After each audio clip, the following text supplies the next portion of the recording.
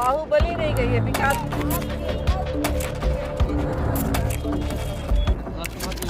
अच्छा, आप ये बात नहीं बोल सकते हैं कि राजद हमारा साथ।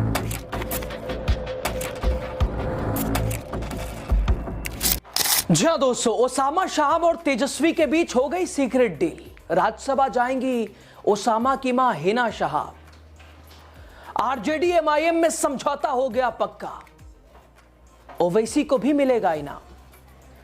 दोस्तों तो फिर ऐसा क्या हुआ कि पिछली बार जाते जाते रह गई हिना शाह, फैयाज अहमद को भेज दिया गया राज्यसभा, लेकिन इस बार कैसे समीकरण बने कि तेजस्वी यादव ने ओसामा के साथ मिलकर कुछ ऐसा किया कि अब ओसामा तो बिहार विधानसभा के सदस्य है ही हैं, अब दिल्ली आएंगी ओसामा की मां हिना शाह। और ओवैसी की एमआईएम कैसे, उसके लिए बड़ी काट तेजस्वी ने एक तरह से खड़ी कर दी है। दोस्तों बिहार की सियासत में एक बार फिर से हलचल तेज है। दरअसल राज्यसभा की 5 सीटों को लेकर चुनाव, जोड़ तोड़, फॉर्मूला, समीकरण, संभावनाओं का खेल लगातार शुरू हो चुका है। 4 सीटें एनडीए के खाते में, जिस पर जीत साफ तौर पर दिखाई दे रही है, लेकिन 5वीं सीट पर विपक्ष की निगाह टिकी हुई है और इस सीट ने ही सियासी गलियारों में तूफान खड़ा कर दिया है। तो सवाल, क्या यह सीट किसी अकलियत के चेहरे को जाएगी?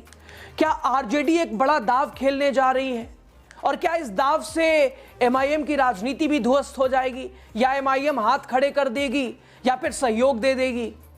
और सबसे बड़ा सवाल, क्या दिवंगत बाहुबली नेता मोहम्मद शहाबुद्दीन की पत्नी हिना शाह को राज्यसभा भेजने की तैयारी पूरी हो चुकी है? क्या ओवैसी के पार्टी और आरजेडी ने लगा दी है मुहर? दोस्तों बिहार से राज्यसभा की 5 सीटें खाली हो रही हैं। सत्ताधारी एनडीए मजबूत स्थिति में है और 4 सीटों पर उसकी पकड़ लगभग तय मानी जा रही है। 2 बीजेपी, 2 जेडीयू।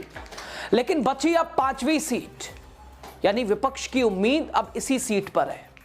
अब सियासी रणनीति का केंद्र बन चुकी है और 5 सीटों पर होने वाले राज्यसभा चुनाव में विपक्षी खेमा अपना उम्मीदवार उतारने की तैयारी में है। इसके लिए पूरे विपक्षी खेमे को एक होना जरूरी है। दोस्तों पिछले दिनों एमआईएम ने अपना उम्मीदवार उतारने की बात कहकर विपक्षी खेमे, खासकर सबसे बड़े दल आरजेडी की मुश्किलें बढ़ा दी थी। राज्यसभा का जो चुनाव हो रहा है, अच्छा, आप ये बात नहीं बोल सकते हैं कि राजद हमारा साथ दे दे। अरे भाई, इन लोगों के प्रतिनिधि हैं राज्यसभा में, हमारा कोई नहीं है। आप लोग फिजा बनाइए कि सब लोग हमारे आदमी को भेजें। अब आरजेडी ने एमआईएम की कार्ड ढूंढ ली है। दोस्तों महागठबंधन के पास संख्या है लेकिन पूर्ण बहुमत नहीं है। आंकड़ों का गणित साफ कहता है कि बिना अतिरिक्त समर्थन के विपक्ष का कोई भी उम्मीदवार जीत नहीं सकता है। ऐसे में हर वोट की कीमत बढ़ जाती है और यहीं से शुरू होता है फॉर्मूला पॉलिटिक्स।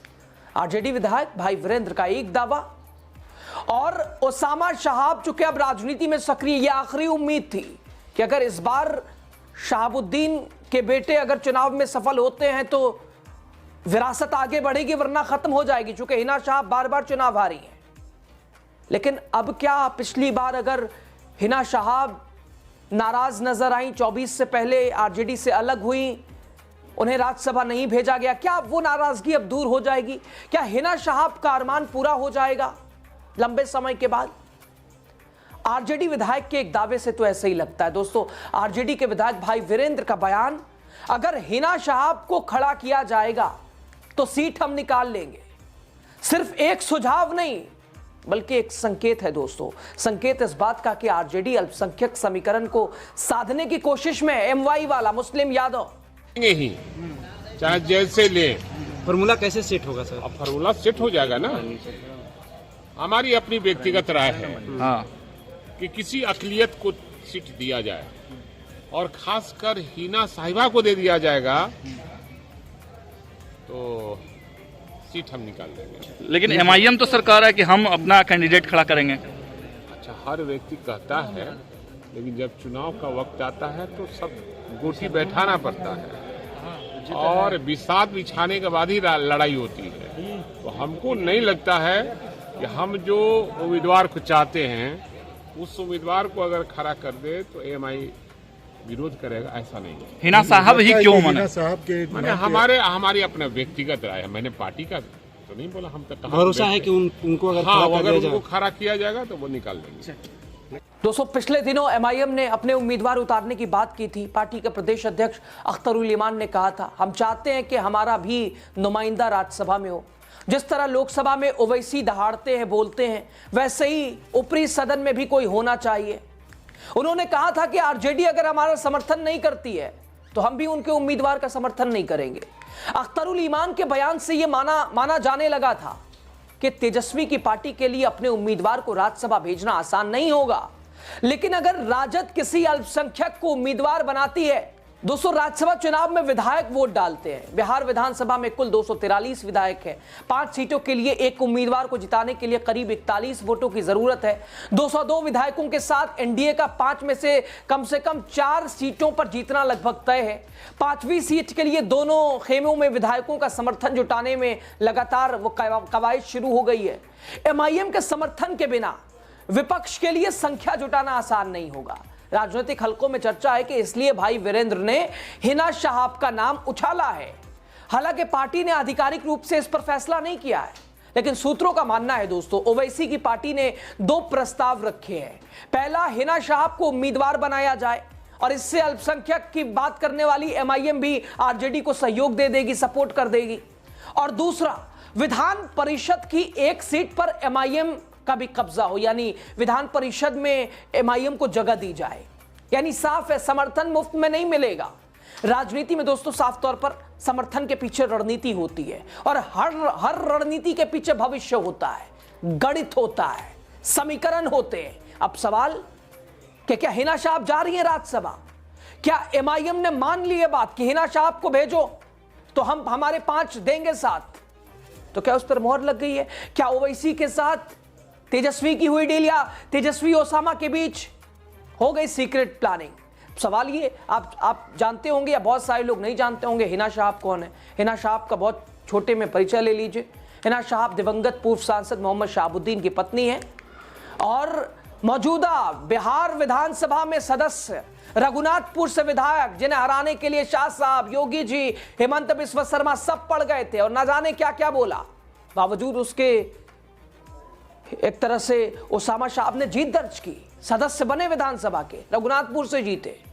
और ओसामा की मां है हिना शहाब और शहाबुद्दीन जो कि दिवंगत बाहुबली नेता, उनकी पत्नी है हिना शहाब। दोस्तों, शहाबुद्दीन बिहार की राजनीति का बड़ा नाम। शहाबुद्दीन को सिवान का बाहुबली या बेताज बादशाह कहा जाता था, जिनके क्षेत्र में जिनका गहरा प्रभाव था, दबदबा था। शहाबुद्दीन को 1996 से 2004 के बीच शहाबुद्दीन ने लगातार 4 बार सिवान से सांसदी का चुनाव जीता, 4 बार सांसद रहे। जीरादेई विधानसभा क्षेत्र से 2 बार विधायक रहे। ये जीरादेई जो कि पहले राष्ट्रपति डॉक्टर राजेंद्र प्रसाद की धरती है। और क्षेत्र में शहाबुद्दीन दोस्तों बेहद लोकप्रिय नेता, लोगों के हित की बात करने वाले। कहा जाता है कि जब शहाबुद्दीन थे तो डॉक्टरों की फीस 50 रुपए थी, यानी लोगों का कॉलेज हो, स्टेडियम हो, विकास की जो भी परियोजनाएं हो, शहाबुद्दीन ने ही सिवान को दिया। और यहां तक कि पूर्व प्रधानमंत्री अटल बिहारी वाजपेयी ने शहाबुद्दीन को सराहा भी था उनके काम को लेकर। शहाबुद्दीन का प्रभाव ऐसा था कि जेल में रहते हुए भी उन्होंने चुनाव जीता, लेकिन आपराधिक मामलों में सजा के कारण चुनाव के लिए अयोग्य घोषित कर दिया गया, जिसकी वजह से हिना शहाब को अपने पति का बदला चुनाव लड़ना पड़ा। 2009 में हिना शहाब ने लोकसभा चुनाव लड़ा आरजेडी के टिकट पर और ओम प्रकाश यादव ने हरा दिया, निर्दलीय प्रत्याशी ने हरा दिया। हिना शहाब ने 2014 में चुनाव लड़ा, हिना शहाब हार गई। हिना शहाब ने 2019 में चुनाव लड़ा आरजेडी से ही, 2019 भी हार गई। 19 के बाद शहाबुद्दीन का निधन हो गया कोविड के दौरान, और उस दौरान चर्चा चली कि अब आरजेडी में शहाबुद्दीन का कद घट गया, खत्म हो गया या अलग थलग कर दिया आरजेडी ने। उस दौरान बात आई थी दोस्तों कि क्या राज्यसभा हिना शहाब जाएंगी। आखिरी मोमेंट पे फैयाज अहमद को भेज दिया गया और कहा गया पैसे का लेन देन, पैसे का खेल, अब शहाबुद्दीन ही नहीं रहे तो पार्टी को क्या मतलब, उनकी पत्नी से, उनके बेटे से। खत्म हो गई राजनीतिक जीवन और जो विरासत है शहाबुद्दीन, उस पर विराम लग गया। हालांकि दोस्तों उस दौरान हिना शहाब नाराज हुई, आरजेडी से अपने आप को अलग कर लिया। नतीजा रहा कि 2024 का लोकसभा चुनाव उन्हें अकेले दम पर यानी इंडिपेंडेंट लड़ना पड़ा। बावजूद उसके दूसरे नंबर पे वो आई थी। आरजेडी उम्मीदवार अवध बिहारी चौधरी को जबरदस्त टक्कर दी थी, लेकिन पिछली बार सिवान लोकसभा 2024 के चुनाव में एनडीए की जीत रही। विजय लक्ष्मी कुशवाहा ने जीत दर्ज की। हिना शाह को एक बार यानी 9, 14, 19 और 24 चारों चुनाव हिना शाह हार गई। अब आखिरी मौका था विरासत को बचाने का। आरजेडी ने, लालू प्रसाद यादव ने, तेजस्वी ने एक बार फिर उनके बेटे के ऊपर दाव लगाया।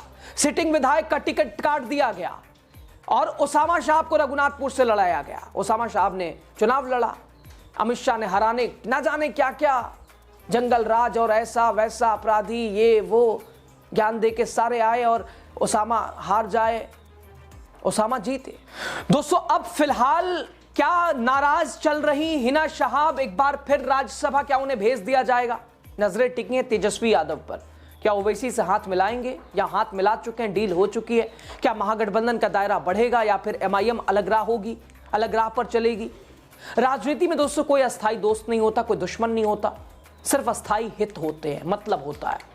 महागठबंधन के पास फिलहाल आरजेडी सबसे ज्यादा 25 विधायक है, कांग्रेस के पास 6, सीपीआई एमएल के पास 2, सीपीआई के पास 1 और आईआईपी के पास 1, कांग्रेस के पास 6, यानी टोटल 35 महागठबंधन के पास अभी विधायक हैं। कमजोर है विपक्ष, 6 सीटें और चाहिए, 6 विधायकों का और जोड़ तोड़ करना पड़ेगा। इसमें ओवैसी और बसपा की बहुत सख्त जरूरत है। तो ऐसे में अगर हिना शाह का नाम आता है तो साफ तौर पर एमआईएम समर्थन देगी, लेकिन एमएलसी सीट के साथ जीत के लिए एमआईएम और बसपा का समर्थन बेहद जरूरी है। दोस्तों 5वीं सीट का फैसला सिर्फ वोट से नहीं बल्कि रिश्तों से भी होगा। अगर यह डील सफल होती है तो बिहार की राजनीति में एक नया समीकरण बन सकता है, आरजेडी और एमआईएम की नजदीकी। लेकिन अगर बात नहीं बनी तो विपक्ष की एकता, विपक्षी खेमों की एकता पर भी सवाल उठेगा। तो बिहार के इस राज्यसभा सीट ने सियासत का तापमान बढ़ा दिया है। क्या हिना शाह को मिलेगा राज्यसभा का टिकट? क्या तेजस्वी और ओवैसी के बीच कोई सियासी समझौता पक्का हो गया है या फिर आखिरी वक्त में बदल जाएंगे समीकरण? बिहार की राजनीति में दोस्तों अगले कुछ दिन बेहद अहम होने वाले हैं। दोस्तों बिहार की राजनीति में अगले कुछ दिन बेहद अहम होने वाले हैं। हर बयान, हर मुलाकात, हर चुप्पी अपने अंदर संकेत छुपाए हुए है। लेकिन इतना तय है कि एमआईएम हामी तभी भरेगी जब कोई अल्पसंख्यक चेहरा आएगा, और अगर ऐसा नहीं होता है तो फिर एमआईएम की राजनीति, उसका आधार, उसके राजनीति का केंद्र सब कुछ उजागर हो जाएगा। तो क्या लगता है ओसामा साह को आरजेडी विपक्ष मौका देगा? क्या राज्यसभा पिछली बार नहीं गई, इस बार जाने वाली हैं? और क्या ओसामा ने एक तरह से वो दरवाजा खोल दिया है जो अभी तक शहाबुद्दीन परिवार पर बंद था? आपको क्या लगता है बताइएगा कमेंट करके जरूर। बहुत शुक्रिया।